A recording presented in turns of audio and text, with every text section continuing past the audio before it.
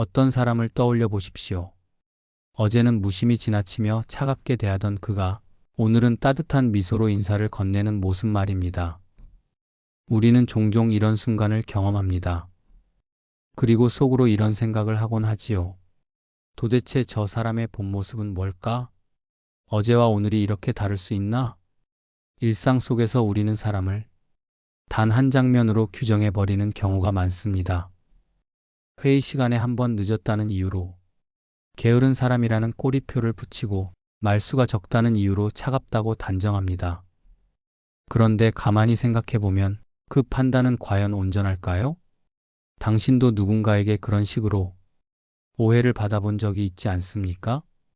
잠시 기분이 좋지 않아 말수가 줄었을 뿐인데 저 사람은 늘 무뚝뚝하다는 평가를 들은 경험, 단지 피곤했을 뿐인데 성의 없다는 낙인을 찍히는 경험, 그때 느낀 억울함과 답답함은 누구나 한 번쯤 기억 속에 가지고 있을 것입니다. 철학은 이런 작은 질문에서 출발합니다. 왜 우리는 타인을 한순간으로만 단정하려 하는가? 사람은 고정된 존재인가? 아니면 끊임없이 변하는 존재인가? 이 질문은 단순히 관계에서의 오해를 넘어서 인간 존재에 대한 깊은 성찰로 우리를 이끕니다. 그리고 고대 그리스 철학자 헤라클레이토스의 말을 떠올리게 합니다. 우리는 같은 강물에 두 번 들어갈 수 없다. 사람도 그렇습니다. 어제의 그와 오늘의 그는 같아 보이지만 사실은 전혀 다른 존재입니다. 오늘 철학 시간에서는 이 흐름에 대해 이야기하려 합니다. 당신과 내가 매일 조금씩 달라지고 있음을, 그 변화를 어떻게 바라봐야 할지를 함께 생각해 보려 합니다. 우리는 종종 사람을 고정된 이미지로 기억합니다. 저 사람은 원래 저래. 이렇게 단정해 버리면 그 사람 안에서 일어나고 있는 변화를 볼 수 없게 됩니다. 그러나 철학은 오래전부터 우리에게 이렇게 속삭여 왔습니다. 인간은 멈추어 있는 존재가 아니라 흐르는 존재다. 고대 철학자 헤라클레이토스는 만물은 흐른다는 말을 남겼습니다. 우리는 같은 강물에 두 번 발을 담글 수 없다고 그는 말했습니다. 겉으로 보기엔 어제의 강과 오늘의 강이 같아 보입니다. 하지만 그 속을 흐르는 물결은 이미 다른 물, 다른 흐름이지요. 인간도 마찬가지입니다. 겉모습은 비슷할지라도 매 순간 새로운 생각이 피어나고 다른 감정이 스쳐 지나가며 보이지 않는 변화를 만들어갑니다. 이 흐름의 진리를 이해하면 관계 속에서 조금 더 자유로워질 수 있습니다. 우리는 흔히 나는 원래 이런 사람이야 라고 스스로를 단정합니다. 그러나 실은 그렇지 않습니다. 오늘의 나는 어제와는 다르고 내일의 나는 오늘과도 다릅니다. 우리는 늘 변하는 존재이기에 스스로를 고정된 틀에 가둘 필요가 없습니다. 나는 원래 못하는 사람이야 라는 낙인도, 저 사람은 절대 변하지 않아 라는 단정도 모두 흐름 앞에서는 허상이 됩니다. 심리학에서도 이런 현상을 설명합니다. 사람은 누구나 끊임없이 학습하고 경험을 통해 성숙해 갑니다. 한때는 실패와 두려움에 갇혀있던 사람이 시간이 지나며 놀라운 성취를 이루기도 하지요. 그 과정은 눈에 잘 보이지 않지만 내면에서 조용히 축적되고 있습니다. 마치 강물이 흘러가며 강바닥의 모래를 깎아내고 조금씩 새로운 길을 만들어가는 것과 같습니다. 현대 철학자 사르트르도 비슷한 이야기를 합니다. 그는 인간을 이미 정해진 존재가 아니라 스스로 만들어가는 존재라고 정의했습니다. 즉, 우리는 태어난 그대로 머무는 것이 아니라 선택과 행동을 통해 끊임없이 자신을 새롭게 빚어간다는 것이지요. 그렇기에 누군가를 단 한 장면으로 재단하는 것은 그 사람의 가능성을 가로막는 일이기도 합니다. 생각해 보십시오.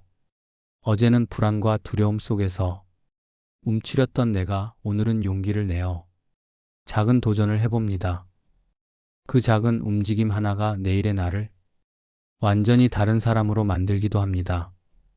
흐름 속에서 매 순간 새로운 내가 태어나는 것입니다. 이렇게 본다면 우리는 모두 강물과 같습니다. 겉보기에는 같은 모습으로 흐르지만 그 안에서는 늘 다른 물결이 이어지고 있습니다. 이 사실을 받아들이면 나 자신을 대하는 태도가 달라집니다. 나는 어제의 나로 묶여 있지 않고 내일을 향해 흘러가는 존재임을 알게 됩니다. 그리고 타인 또한 그 흐름 속에서 변하고 있음을 인정하게 됩니다. 철학은 우리에게 이런 눈을 길러줍니다. 고정된 이미지로 세상을 바라보는 것이 아니라 흐르는 존재로 바라보는 눈. 그 눈을 가질 때 우리는 스스로를 더 너그럽게 대할 수 있고 타인을 더 유연하게 받아들일 수 있습니다. 결국 그것은 더 자유로운 삶, 더 넓은 관계의 길로 우리를 이끌어줍니다. 우리는 살아가면서 다른 사람을 한순간의 모습으로 쉽게 규정해 버리곤 합니다. 회사에서 발표를 하다 긴장해 말을 더듬은 동료를 두고 저 사람은 무능하다는 꼬리표를 붙입니다. 친구가 약속 시간에 늦으면 늘 성의 없는 사람이라고 단정해 버립니다. 그 순간의 작은 사건이 마치 그 사람의 본질인 것처럼 기억 속에 굳어지는 것이지요. 이런 현상을 심리학에서는 라벨링 효과라고 부릅니다. 한번 붙여진 꼬리표는 쉽게 떨어지지 않고 이후의 모든 행동을 그 라벨을 통해 해석하게 만듭니다. 게으른 사람이라는 인식이 생기면 그가 열심히 노력하는 모습조차 어쩌다 저런 거지 금방 드러날 거야 라고 치부하게 됩니다. 이처럼 판단과 낙인은 타인의 변화를 가려버리는 안경이 됩니다. 철학적으로 보면 이는 인간 존재의 본질을 오해하는 태도입니다. 앞서 이야기했듯이 인간은 고정된 조각상이 아니라 시간 속에서 끊임없이 변하는 강물과 같은 존재입니다. 그럼에도 불구하고 우리는 특정한 순간만을 떼어내어 너는 이런 사람이라고 규정합니다. 그 규정은 결국 상대를 가두는 틀이 되고 동시에 나의 시야도 좁게 만듭니다. 생각해 보십시오. 혹시 당신도 억울했던 기억이 있지 않습니까? 단지 잠시 피곤해서 대화에 소극적이었을 뿐인데 무뚝뚝한 사람이라는 평가를 들었던 경험, 한 번의 실수로 믿을 수 없는 사람이라는 낙인을 찍힌 경험, 그때의 답답함과 서러움은 누구나 한 번쯤 마음속에 새겨져 있을 것입니다. 우리가 타인을 함부로 판단할 때 그 역시 이런 마음의 무게를 지게 된다는 사실을 잊지 말아야 합니다. 철학자 한나 아렌트는 인간을 행동하는 존재로 보았습니다. 그녀에 따르면 인간은 매 순간 새로운 행동을 통해 자신을 드러내고 세계와 관계를 맺습니다. 즉, 과거의 행위만으로는 결코 그 사람을 정의할 수 없다는 뜻이지요.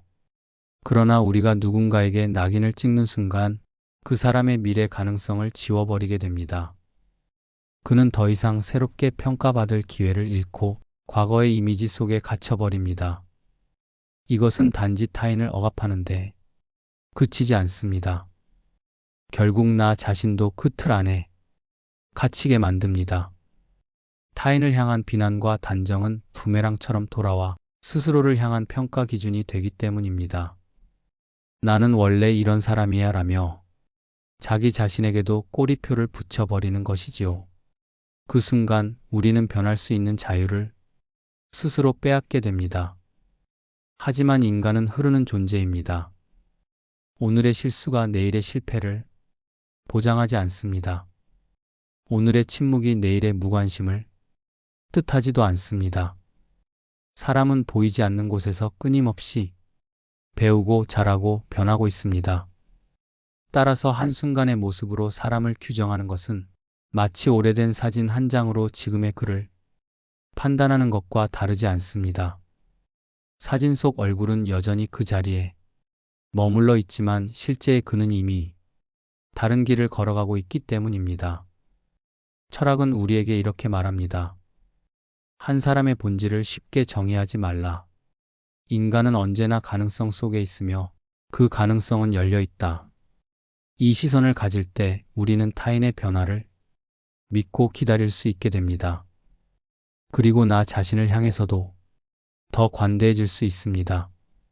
다음에 누군가의 단점을 보고 곧바로 판단이 올라올 때 이렇게 속으로 되뇌어 보십시오. 지금의 모습이 그 사람의 전부는 아니다. 그 역시 흐르는 강물 속에 있다.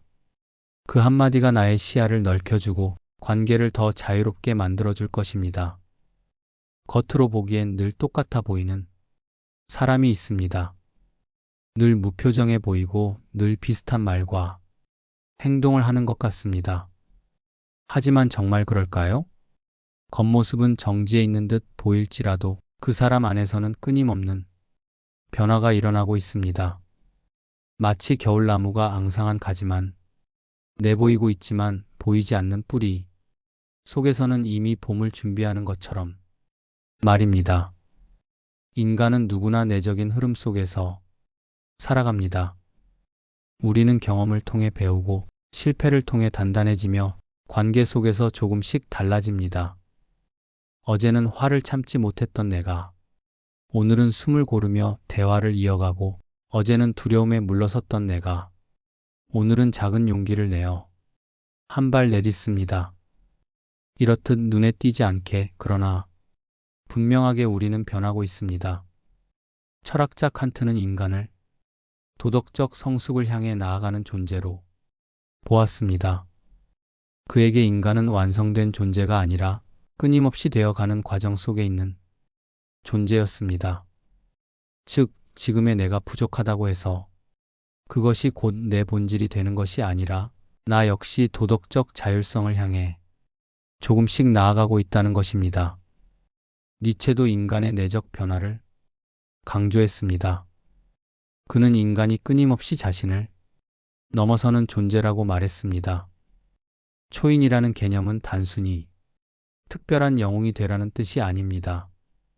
어제의 나를 넘어 오늘의 나를 새롭게 만들어가는 그 과정 자체를 뜻합니다. 작은 변화 하나가 쌓이고 쌓여 결국 우리는 과거와는 다른 사람이 됩니다. 문제는 이 변화가 눈에 잘 보이지 않는다는 점입니다. 다른 사람은 물론이고 나 자신조차 깨닫지 못할 때가 많습니다. 나는 늘 제자리 걸음이야 라고 느낄지라도 사실은 그렇지 않습니다. 잠시 돌아보면 예전 같으면 쉽게 상처받았을 상황에서 조금은 담담해진 자신을 발견할 수 있습니다. 예전 같으면 피했을 기회에 조금은 용기를 낸 자신을 마주할 수 있습니다. 그것이 바로 내적 변화의 증거입니다. 이 흐름을 이해하면 우리는 타인에게도 더 너그러워질 수 있습니다. 겉으로 변하지 않는 것처럼 보이는 사람이라도 그 내면에서는 알 수 없는 움직임이 일어나고 있다는 사실, 우리는 그 변화를 다 알 수 없고 다 알 필요도 없습니다. 중요한 것은 그 역시 되어가는 과정 속에 있다는 것을 인정하는 것입니다. 철학은 우리에게 이렇게 말합니다. 보이지 않는 변화가 있다. 인간은 언제나 가능성의 존재다. 이 관점을 가질 때 우리는 단정과 비난 대신 기다림을 선택하게 됩니다. 그리고 기다림 속에서 존중이 자라고 존중 속에서 관계가 깊어집니다. 자신에게도 같은 태도를 적용해 보십시오. 나는 왜 늘 이 모양일까라는 자책 대신 나는 조금씩 달라지고 있다는 시선을 가져보는 것입니다. 내 안에서 자라나는 가능성을 믿을 때 우리는 더 자유로워지고 더 용감해질 수 있습니다. 마치 강물이 흘러가며 돌을 깎고 새로운 길을 만들 듯 우리의 내적 변화도 보이지 않는 자리에서 삶의 길을 바꾸어 갑니다. 그 과정은 느리고 미세하지만 결국에는 우리를 다른 사람으로 만들어줍니다. 우리는 매일 수없이 많은 말을 주고받습니다. 짧은 인사, 가벼운 농담, 무심코 내뱉은 푸념, 때로는 상대를 깊이 위로하는 한마디까지. 그런데 이 말들이 단순히 공기 중에 흩어지는 소리가 아니라는 점을 우리는 종종 잊습니다. 말은 마음을 움직이고 생각을 바꾸며 때로는 삶의 방향까지 바꾸어 놓습니다. 철학자 비트겐슈타인은 언어의 한계가 곧 세계의 한계다라는 말을 남겼습니다. 우리가 어떤 말을 하느냐에 따라 우리의 세계가 달라지고 다른 사람의 세계도 달라집니다. 즉, 말은 단순한 의사소통의 수단이 아니라 현실을 만들어가는 도구라는 뜻입니다. 예를 들어 직장에서 상사가 당신은 늘 실수가 많아라고 말한다면 그 말은 단순한 평가에 그치지 않습니다. 듣는 사람은 스스로를 그렇게 믿게 되고 점차 위축되어 더 많은 실수를 하게 될지도 모릅니다. 반대로 실수는 누구나 하지만 당신은 충분히 잘하고 있어라는 격려를 들으면 자신감을 회복하고 더 나은 결과를 만들어낼 수 있습니다. 같은 상황에서도 어떤 말을 선택하느냐에 따라 현실이 전혀 달라지는 것입니다. 우리는 흔히 말의 무게를 가볍게 여깁니다. 그냥 한마디 했을 뿐인데 왜 그렇게 예민하게 받아들이지? 하고 말하지요. 하지만 철학적으로 보면 그 한마디는 결코 가볍지 않습니다. 말은 다른 사람의 정체성에 영향을 주고 때로는 오랫동안 지워지지 않는 흔적으로 남습니다. 더 나아가 우리가 자기 자신에게 건네는 말도 큰 힘을 가집니다. 나는 원래 이런 사람이야. 나는 안 돼. 이런 자기 대화는 스스로에게 부정적인 낙인을 찍는 것과 같습니다. 반대로 나는 조금씩 달라지고 있어. 나는 다시 해볼 수 있어. 라고 말하는 순간 우리는 새로운 가능성을 열어줍니다. 자기 자신과의 대화도 결국 현실을 바꾸는 힘이 있는 것입니다. 심리학에서도 이런 사실을 확인할 수 있습니다. 연구에 따르면 긍정적인 언어를 자주 사용하는 사람은 스트레스를 더 잘 관리하고 대인관계 만족도도 더 높다고 합니다. 반대로 비난과 불평을 반복하는 언어 습관은 자신뿐 아니라 주변까지 어둡게 만듭니다. 결국 말은 내가 사는 세상을 밝히기도 하고 어둡게 만들기도 합니다. 철학은 우리에게 말의 책임을 묻습니다. 소크라테스는 대화 속에서 질문과 대답을 통해 사람들의 생각을 일깨웠습니다. 그는 말이 단순히 정보를 전달하는데 그치지 않고 사람을 더 나은 방향으로 이끌 수 있다고 믿었습니다. 이것은 우리에게도 같은 메시지를 줍니다. 내가 지금 하는 말이 누군가를 가두는 말인지 아니면 열어주는 말인지 돌아봐야 한다는 것이지요. 일상에서 작은 실천을 해볼 수 있습니다. 오늘 하루 동안 내가 건넨 말 중에 누군가를 위로하거나 힘을 북돋아준 말이 있었는지 돌아보는 것입니다. 그리고 내일은 의식적으로 감사의 말을 하나 더 보태 보십시오. 그 작은 습관이 결국 나의 세계와 타인의 세계를 더 넓고 따뜻하게 바꾸어 줄 것입니다. 결국 말은 단순한 소리가 아니라 우리가 함께 살아가는 세계를 짓는 벽돌과 같습니다. 비난과 냉소로 쌓인 세계는 차갑고 삭막하지만 격려와 존중으로 쌓인 세계는 따뜻하고 안전합니다. 우리는 어떤 세계에서 살고 싶은가요? 그 답은 오늘 당신이 선택하는 한마디 속에 담겨 있습니다. 이제 우리는 처음의 자리로 돌아옵니다. 잠시 눈을 감고 강물을 떠올려 보십시오. 멀리서부터 흘러와 발밑을 스쳐 지나가는 물결은 멈추지 않고 이어집니다. 겉보기에는 언제나 같은 강 같지만 그 속을 흐르는 물은 이미 어제의 물이 아니지요. 그처럼 우리도 늘 변하고 늘 새로운 자신으로 살아가고 있습니다. 헤라클레이토스는 말했습니다. 우리는 같은 강물에 두 번 들어갈 수 없다. 이 말은 단순히 자연의 이치를 설명하는 데 그치지 않습니다.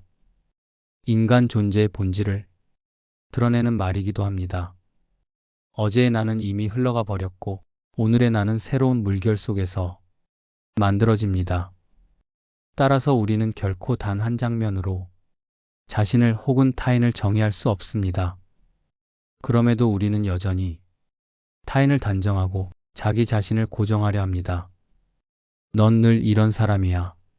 나는 원래 이래. 이런 말은 흐르는 강물을 잡아두려는 것과 같습니다. 그러나 강물은 잡히지 않습니다. 붙잡으려 할수록 손가락 사이로 흘러나가 버립니다. 우리는 그저 흐름을 지켜볼 뿐 멈추게 할 수는 없습니다. 이 시선을 가질 때 우리의 삶은 조금 더 자유로워집니다. 타인을 향해 성급히 판단하는 대신 그의 변화를 지켜볼 수 있습니다. 내 자신을 향해 비난하는 대신 내 안의 가능성을 기다려줄 수 있습니다. 이 기다림이 결국 존중이 되고 존중은 더 깊은 관계로 이어집니다. 생각해 보십시오. 강물은 바위에 부딪히면 멈추지 않고 돌아 흐릅니다. 나무 뿌리를 만나면 끊어지지 않고 길을 바꾸어 갑니다. 삶도 그렇습니다. 우리는 수많은 장애물과 돌부리에 부딪히지만 결국 흘러가며 새로운 길을 찾습니다. 그리고 그 길 위에서 우리는 다시 배우고 성장하며 다른 사람으로 변해갑니다. 철학은 우리에게 이런 질문을 던집니다. 그대는 흐르는 강물 앞에서 무엇을 붙잡으려 하는가? 그리고 무엇을 놓아야 하는가? 이 질문은 우리를 가만히 멈춰 서게 만들고 다시금 스스로를 돌아보게 합니다. 이제 이렇게 다짐해 보아도 좋겠습니다. 나는 나 자신을 한 장면으로 규정하지 않겠다. 나는 타인을 낡은 기억으로 재단하지 않겠다. 나는 흐름을 믿고 변화의 가능성을 존중하겠다. 그 순간 우리의 마음은 조금 더 넓어지고 삶은 조금 더 부드럽게 흘러가게 될 것입니다. 마지막으로 이 문장을 가슴에 새겨봅니다. 우리는 모두 강물처럼 흘러가는 존재다. 서로를 판단하기보다 흐름을 지켜보며 살아가자. 이 말이 오늘 당신의 하루에 작은 울림으로 남아 당신의 관계와 당신의 삶을 조금 더 따뜻하게 밝혀주기를 바랍니다.